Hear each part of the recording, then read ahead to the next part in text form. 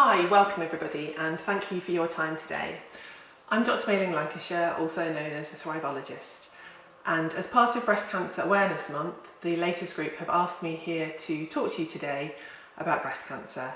I've got my notes in front of me, so apologies if I do look down from time to time.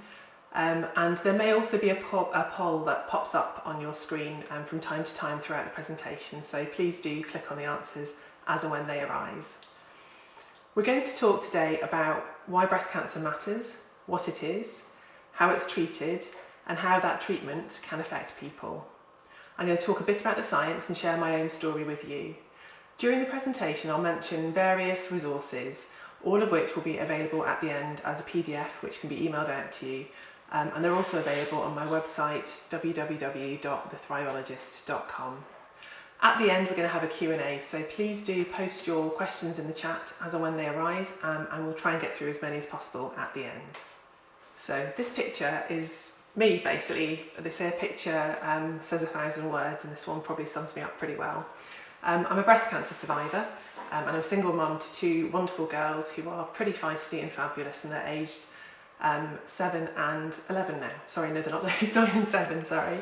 I'm the senior GP partner at an NHS GP surgery in Surrey, where I specialise in women's health, contraception and musculoskeletal health conditions.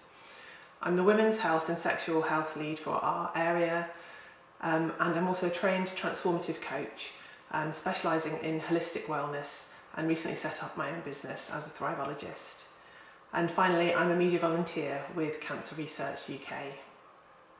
I love to cycle, I love to run, I love to crochet and paint, and I'm generally spotted out and about, normally because of the sort of fairly wacky and zany colours of my hair. My life's passion is about helping people to thrive, not just survive. 3 years ago, aged 41, I was diagnosed with breast cancer. Hearing those words, "you've got cancer," it just blew our world apart. I was the fittest I'd ever been. I couldn't believe what was happening to us. I vowed that I had to make it matter, to raise awareness and to make a difference. And so here I am today to talk to you a bit about breast cancer, to share my story and maybe even save some lives through our learning and discussion today.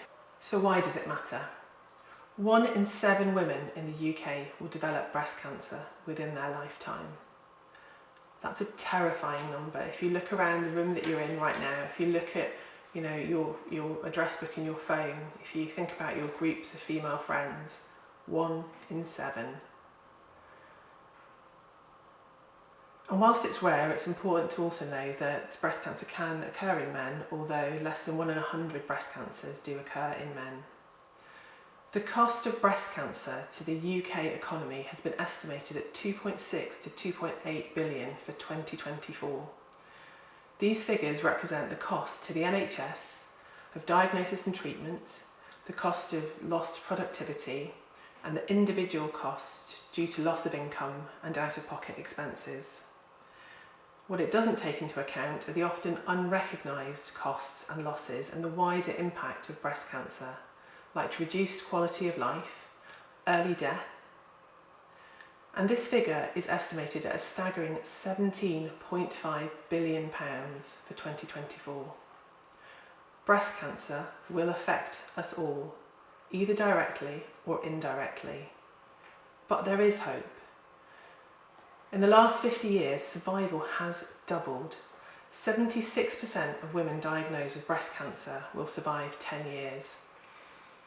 And for women diagnosed with stage 1, which is the earliest form of breast cancer, 96% will survive for 10 years. I'm going to begin by telling you a little bit about my story. So as I said, in July 2021, I was having a shower after a workout, and as I was sort of washing under my right armpit, my hand just brushed against something that felt a bit hard.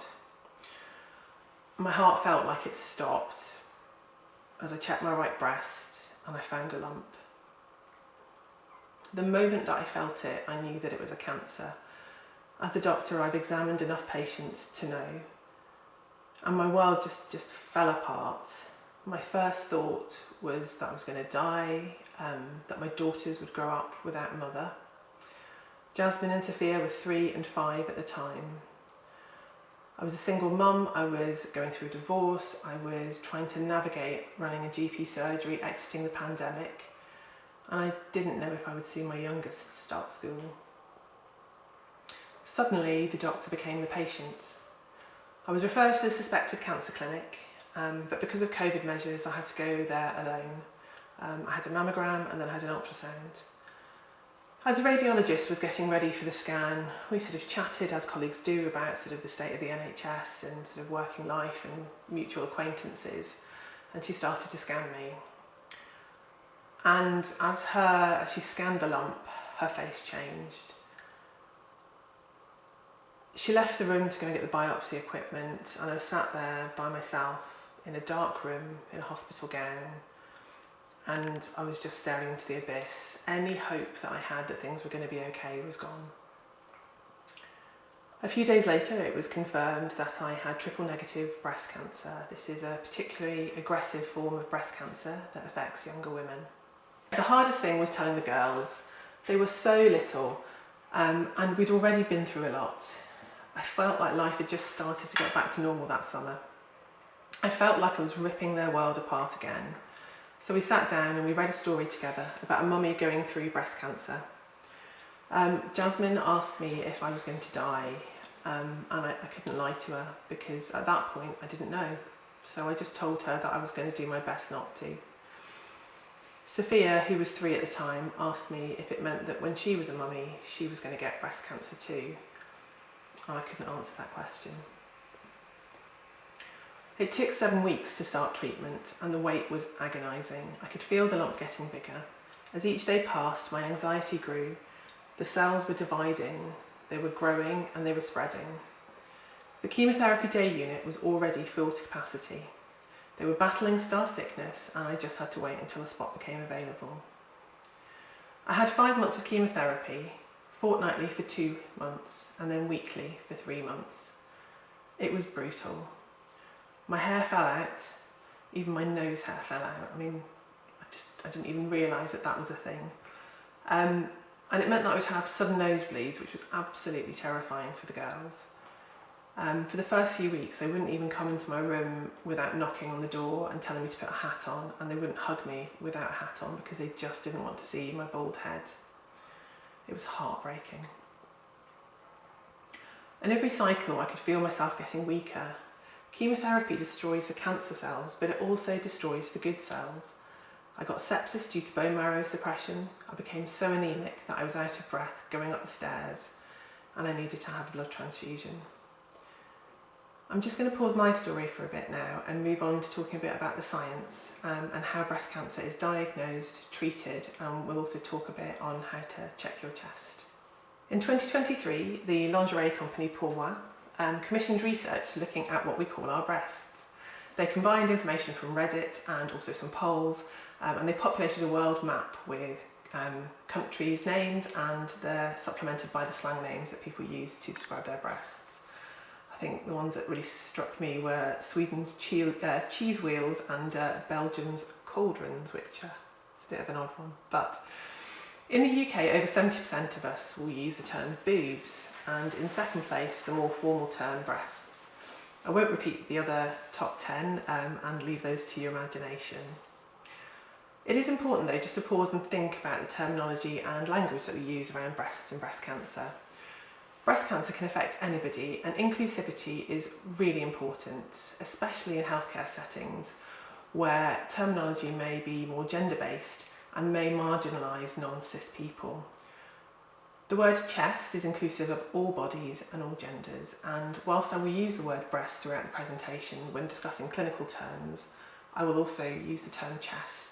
And of course, you're obviously potentially going to choose to call your chest something else. So what actually are they? Breasts are considered part of the female reproductive system, even though they don't actually take a direct part in fertilisation, and they are made up of fat, they're made up of tissue, and they are made up of glands.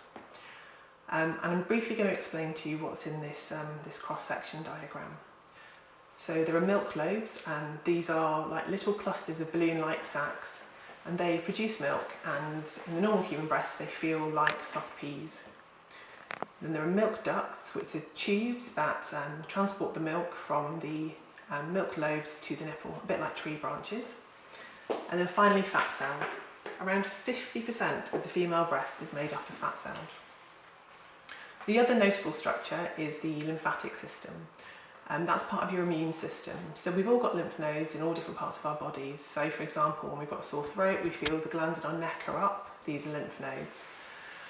The breasts drain to what we call the axillary nodes, so here in the armpit. And normally these glands feel like little soft beans. Breast cancer begins when normal cells in the breast undergo changes in their DNA, that's our genetic code. And these changes are known as mutations. These mutations cause the cells to grow and divide more rapidly than normal. This leads to a lump known as a tumour. And if unchecked, these cells will continue to spread and invade nearby tissue and also potentially spread to other parts of the body.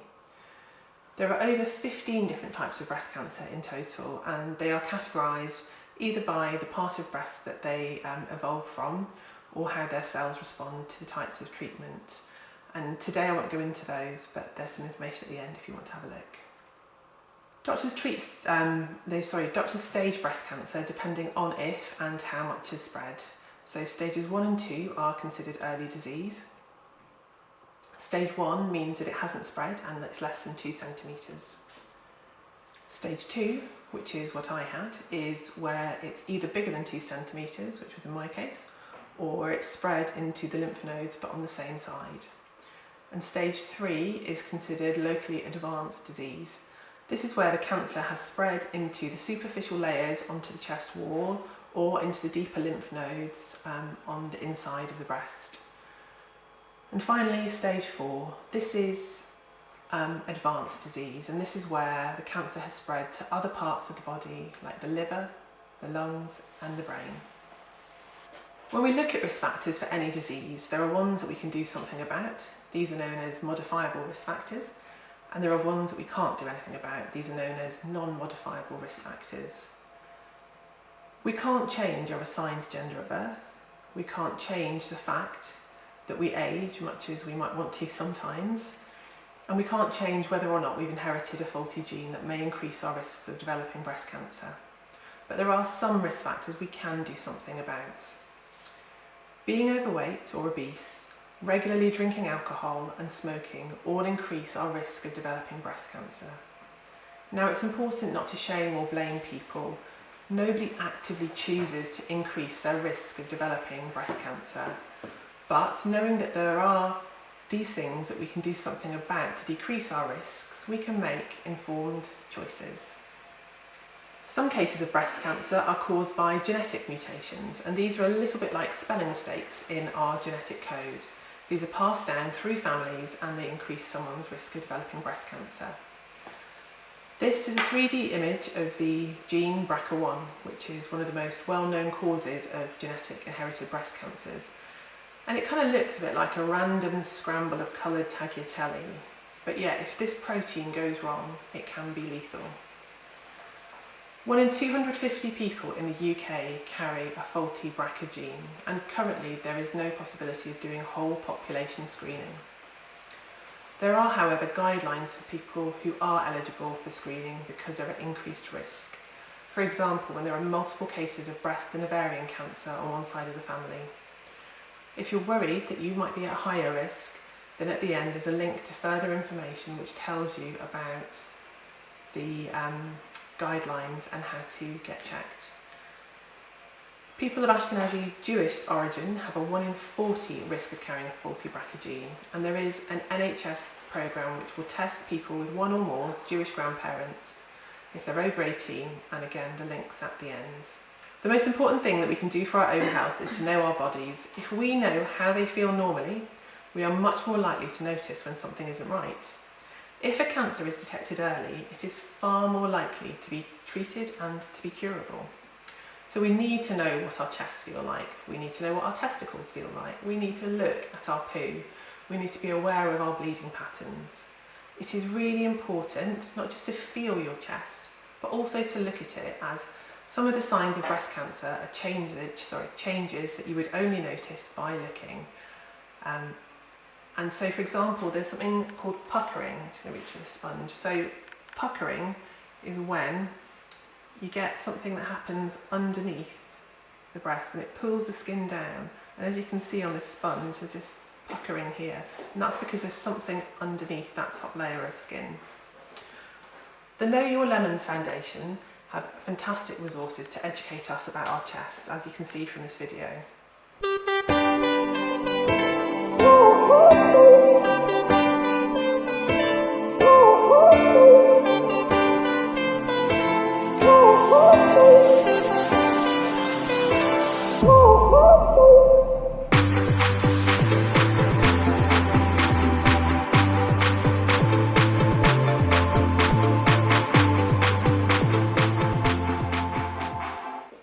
This infogram shows 12 visible symptoms which might mean that you have breast cancer. And this is something that a lot of people aren't aware of. The foundation provides posters which can be put up in communal areas or added to a staff newsletter. And I'd encourage you to think about where you could put this information and share it. And just take a look at their site at the end via the resources. So, when should you check your chest? If you have periods, then ideally you want to check on days 7 to 10 of your cycle. So that's 7 to 10 days after your period has started. And that's because your breasts are less likely to be lumpy due to hormones. For women who don't have regular bleeds or have no bleeds, then ideally check them on the same day each month. So a lot of people will feel them on the first. There's an app for everything these days, and guess what? There is an app for you to check your chests. The wonderful charity Copperfield have got an SMS reminder system in the UK where if you sign up, they will send you a reminder once a month to check your chest. And they've also got videos on how to do this. The link will be at the end. And when you check your chest, please remember that you need to check the whole breast area up to the collarbone and down into the armpits. And this is the same for both genders. So how do you do it? So it's a bit like a cross between the Time Warp and the YMCA. First of all, what you want to do is, excuse me, you stand in front of the mirror topless. Obviously I'm not going to do that today. But if you have heavy breasts, you might need to lift them up to see the underneath. And what you want to do is you want to look front on, and you're looking for any changes in the outline, changes in the skin texture. Have your nipples suddenly started pointing in? Are there any lumps that are sticking out from underneath the skin? Is there any sudden visible change in size, in shape or in contour? And you want to stand to the side again and look in the mirror, and you want to do the same on the other side. Okay? And next what you want to do is you want to put your hands on your hips and you want to lean forward slightly, okay? And then you also want to go back up and just put your hands between your head like this. And the reason that's important is that sometimes when you change the tension of the skin, you will reveal things that you can't see just by looking straight on. My lump, it wasn't visible just looking straight in the mirror, but when I put my hand up behind my head like this, I could see it made my pec muscle stick out and it could see the lump sticking out from under the surface. Okay, and the next thing you're going to do is you're going to feel your chest. And the way that you want to do this is ideally sitting down or lying propped on a pillow, and the reason for that is you're going to be pressing the breast tissue against your chest wall, which makes it easier to feel. I'm going to get my crocheted cheese wheels out just now to show you, because there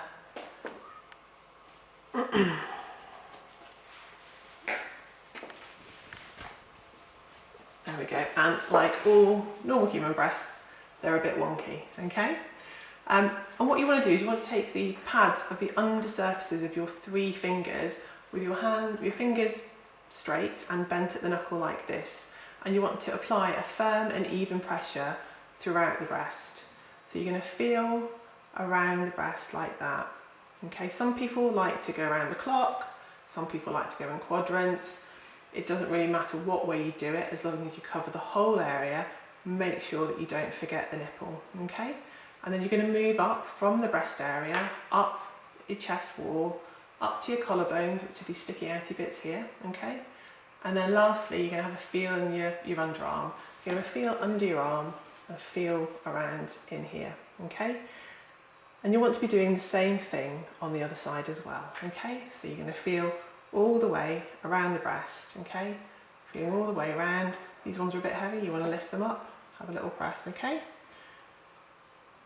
You're going to not forget the nipple area, and then you're going to work your way up the chest wall, up into the collarbones, and then you're going to have a feel of, this armpit, with the other hand, have a feel underneath the armpit, okay?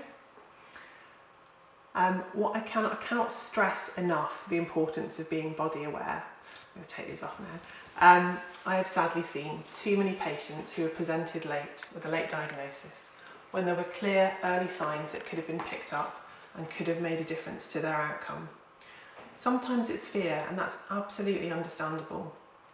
But if we catch things early, we can potentially cure them, and we can certainly get the treatment started first. We've all got busy lives, but you would set a calendar reminder to go, on a social with your friends. You'd set a calendar reminder, for your work meeting. So take this opportunity today to set yourself a reminder, a regular reminder to check your chest. Message your friends and tell them to do the same. Ask them to join you doing it. Post it on social media and share it with your contacts. It could save a life. A little bit about mammograms. Whilst getting half naked and having your breast squashed between two metal plates is nobody's idea of a fun day out. Again, it is life-saving. 1,300 lives a year are saved due to the mammogram screening process in the UK. And over 20,000 breast cancers were picked up by screening between 2020 and 2021. Breast screening is carried out to try and pick up small cancers that aren't even detectable, so ones that you might not even be able to feel when examining your breasts. In the UK, currently, mammography is offered to women over the age of 50, between 50 and 70 every 3 years. After the age of 70, you can still self-present for these, but you do have to call up to book it. And as I've said, if you catch a cancer early, there's far more likely to be an opportunity to treat it and to cure it. Currently, mammograms aren't offered to women under the age of 50, and if you think back to that sort of lemon anatomy, it's because these milk lobules, glandular structures, they go up and down during a cycle because of hormones, and they make the breasts more dense. So it means that any mammograms taken under the age of 50 are much harder to interpret. And currently there isn't enough evidence to show that a significant amount of lives would be saved by extending that programme to under 50. No test is perfect, but that's not a reason not to have them. You will hear these stories where someone says, oh, I went for a mammogram and 2 years later I had breast cancer. No test is perfect. There will be some cancers that are missed. There will be some cancers that aren't there when they have a screening and develop 2 years later. And there will be some women who are unfortunately told that they have got a mass, and actually that turns out to be normal. And obviously that's very anxiety provoking for them. They're not the most comfortable thing to have done, and depending on the size and the shape and the pendulousness of your breasts, it can be uncomfortable, but it doesn't hurt. And again, it takes a few minutes and it could save your life. Just going to show a short video of how a mammogram is done. Just a beeper video. During the procedure, each of your breasts will be pressed between two plates. This is done to flatten your breasts as much as possible, so a clear image can be taken with a low dose of X-rays. Having your breasts pressed between the plates may be uncomfortable and lasts a few minutes. The top plate moves down so that your breast is squeezed against the lower plate. The X-ray image, or mammogram, is then taken from above. This is repeated for your other breast. Just a little bit about breast cancer treatment. It very much depends on the type and the stage of the cancer. And as we talked about earlier on, it's divided into 4 different stages. It's beyond the scope of this talk to talk about which treatment should be for which type of cancer, but there are broadly 5 main forms of treatment. So there is surgery, chemotherapy, radiation therapy, hormonal therapy, and immunotherapy, or targeted therapy as it's sometimes called. My treatment started with 5 months of chemotherapy. As a doctor, I've had lots of patients go through chemotherapy, but I had absolutely no idea just how awful it really is. It was fortnightly for 2 weeks, and then it was weekly for 3 months, and it was absolutely brutal. There's a lot of needles involved, blood tests the day before treatment to check your body can take the next round of chemotherapy, then the chemotherapy itself, and then injections at home. I opted to have a port fitted, and that's a tube that goes directly into one of the large blood vessels near the heart. And it means that they can take blood samples out and they can administer the chemotherapy. And so the kids decided to call the port Paul because, you know, kids. And here he is. I think that's quite a good likeness, frankly. The side effects of chemotherapy are absolutely miserable. Nausea, vomiting, diarrhoea, loss of taste, loss of smell. Your nails fall off. You get joint pains, and that's just some of them. For me, the worst part of it was something called peripheral neuropathy. That's where you lose the sensation in your hands and your feet. It's a common side effect of the types of chemotherapy that are used to treat breast and ovarian cancer, so it will potentially affect a lot of women going through those kind of cancer treatments. And in some cases it can be permanent. It progressed really quickly over the first couple of cycles, and I had numbness up to my elbows and knees. I remember being at a friend's house watching Strictly, and I couldn't even hold a cup. I was faced with a difficult decision of, do I reduce the dose and decrease my chance of cure, or risk permanent disability if I survived? Surgery can be either a lumpectomy, where they just remove the lump. It can be a wide local excision where they take the lump and slightly more tissue, or a quadrantectomy, which is obviously where they take a quarter, or a mastectomy, which is a removal of one or both breasts. And if there is lymph node involvement, there may also need to be surgery to the lymph nodes in the armpit. Because the type of cancer that I had was so aggressive, I was advised to have a double mastectomy. I was fortunate in that I was able to have immediate reconstruction with implants, and I didn't need to have radiotherapy after surgery. If you just click to the next picture. Radiotherapy uses high energy X-rays to destroy cancer cells, and it can be used on the breast tissue itself, the surrounding tissue, or on other parts of the body that may have been affected if it has unfortunately spread. It's normally given for 1 to 3 weeks, but patients have to go every day to the radiation unit for that treatment, and it can cause extreme fatigue as well as skin burning. It's one of the treatments that is less visible. There aren't any scars or surgical drains, and there isn't any hair loss, but it can be really tough, especially when you've gone through all those other things first. I'll quickly touch on the other 2 types of treatment for completeness. Some breast cancers are hormone sensitive, and that means they grow in response to estrogen and progesterone, which are the female hormones. And drugs, which you may have heard of, like tamoxifen, they work by preventing estrogen from promoting cancer cell growth. Common side effects, though, of hormonal treatments are much like severe menopause symptoms: hot flushes, joint pain, tiredness, low mood, and loss of bone density. And these often have to be taken for 5 to 10 years, which is a long time to experience these side effects. And often this is whilst you've been perceived to be getting back to normal life. Immunotherapy treatments use the body's immune system to trick it into destroying cancer cells. One that you might have heard of is called Herceptin. Since it was introduced in 1998, it has saved over 3 million women's lives. But immunotherapy drugs are expensive. They're the newest type of treatment. Currently there is a drug called Enhertu, and this is for secondary breast cancer, and it can extend life by 4 to 8 months, which for women with, young family could be an absolute game changer. Currently it's available in Scotland, but it's not available in England. This is currently being fought by a group appeal against NICE, the National Institute for Clinical Excellence, and it's trending with the hashtag #ShowYourSupport. So you might have seen people on Instagram taking their bra off under a t-shirt. That's why, to try and help crowdfund to get this vital drug funded so that people in England have access to it as well. One question I get asked a lot is, what can I do to support a friend or a colleague who's recently been diagnosed? It can be really hard to know what the right thing is to say, especially in the moment when someone's found a breast lump or they've had a diagnosis of breast cancer. We all want to be supportive, but sometimes it's hard to know what the right thing is to say. So things to maybe avoid saying are, I'm sure you'll be fine. Don't worry. Lots of lumps are benign. Oh yeah, I had one of those and it was fine, it turned out fine. You don't know if it's going to be fine.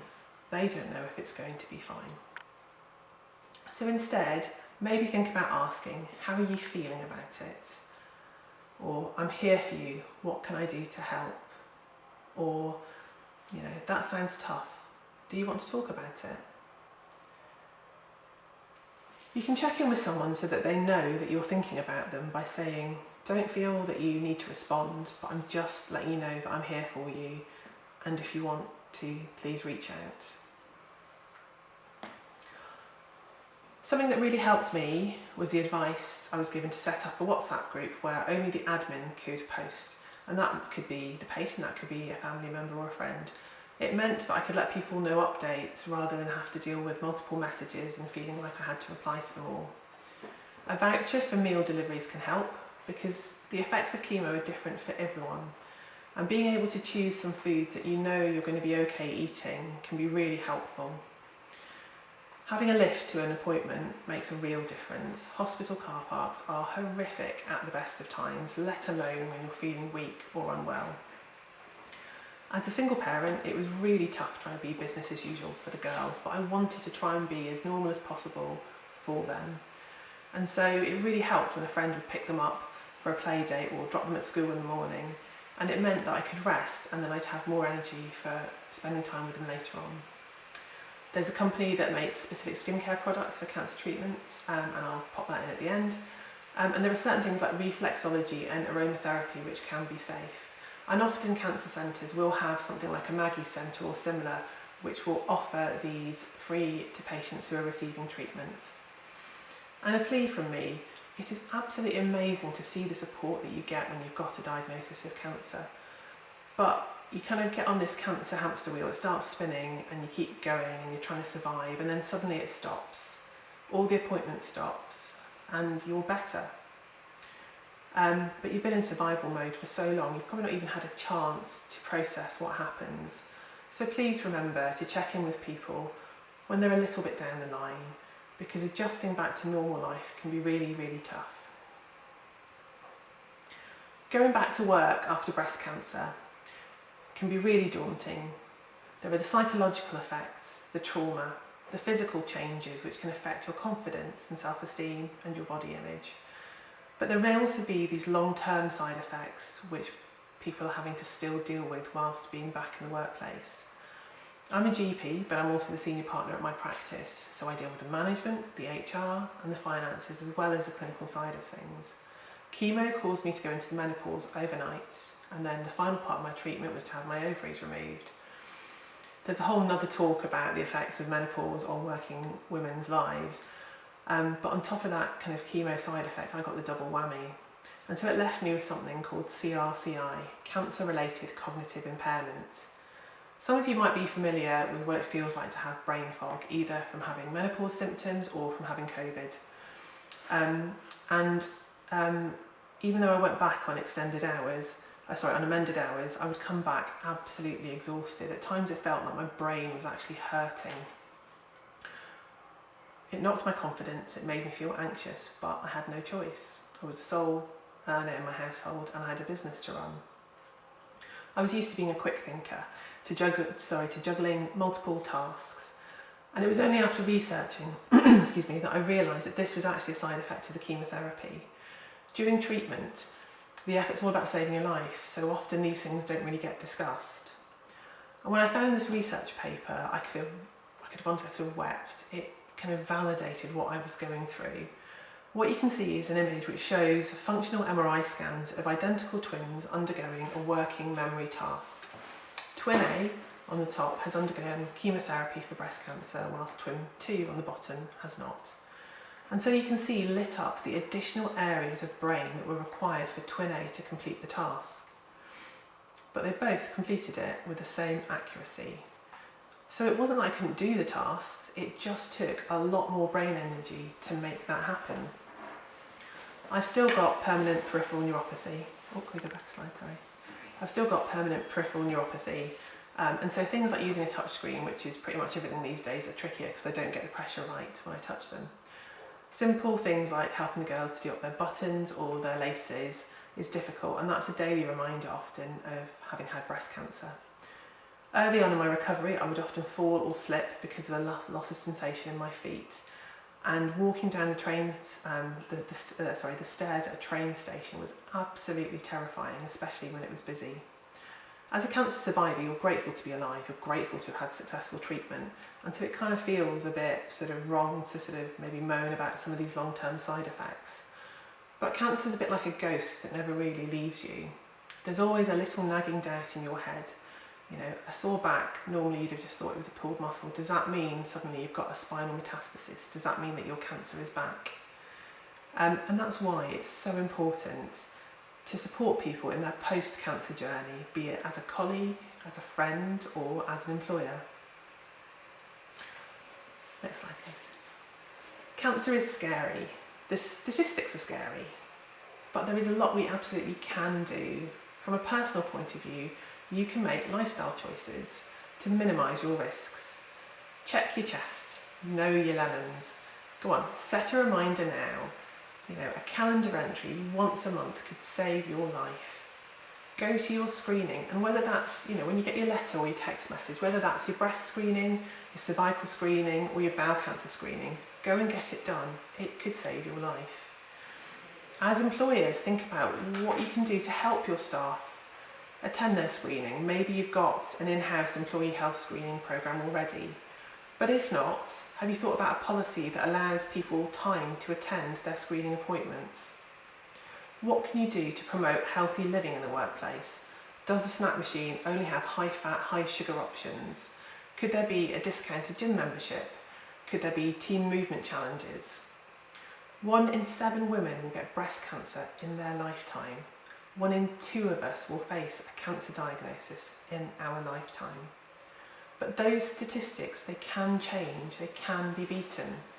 The UK is unusual in that 50% of all public funded research is funded by the generosity of the public, by charities.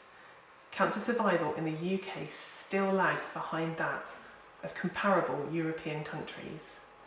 By fundraising or by becoming a corporate partner with a charity like Cancer Research UK, you could help transform lives in the future, both now and in the future. There's a QR code here for any business that might want to find out a bit more about becoming a corporate partner with Cancer Research UK, and that's also in the resources at the end. During treatment, I decided that I had to make it matter, to raise awareness, and that's why I'm talking to you today. I also wanted to make a difference by fundraising. I wanted to give something back.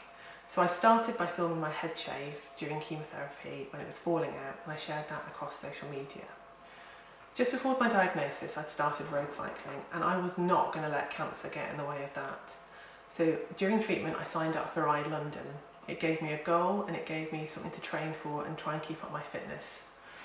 3 months after surgery, I rode 100 miles to raise money for Cancer Research UK. I hadn't ridden as much as 100 kilometres prior to treatment. 4.5 months later, I ran the London Marathon. Again, that's something I would never have thought about doing before I'd had cancer. And then finally, to complete the London Classics, I swam the Serpentine. And that meant that I got a big shiny medal to match my other shiny medals. So far I've helped raise over £30,000 for Cancer Research UK. And as a family, we were honoured to feature in their latest advertising campaign. Just click again.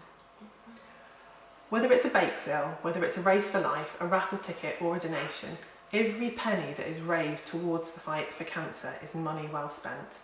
There is hope for the future. There is a global cancer network out there which is working on better, kinder treatments, ways to detect cancer and ways to prevent it. In our lifetimes, thanks to the HPV vaccine, we may see cervical cancer eliminated in those vaccinated. The link between cervical cancer and HPV virus was discovered 25 years ago. In 1998, they rolled out the vaccination programme in the UK. Recent studies have shown that in those vaccinated, women in their 20s, cervical cancer rates have been cut by 90%. This just goes to show the power of science, that in our lifetimes we may see some cancers eradicated and that we absolutely can beat cancer together. Thank you so much for your time today, and I hope you found this helpful. I've put together a list of resources which will get emailed out afterwards, and they're also available on my website. There are many great charities out there supporting breast cancer causes, and I'm a passionate supporter of Cancer Research UK. So I've set up the Thriveology Talks team page on my CR UK fundraising page. And for anyone who might want to donate, there's a QR code that you can click on here.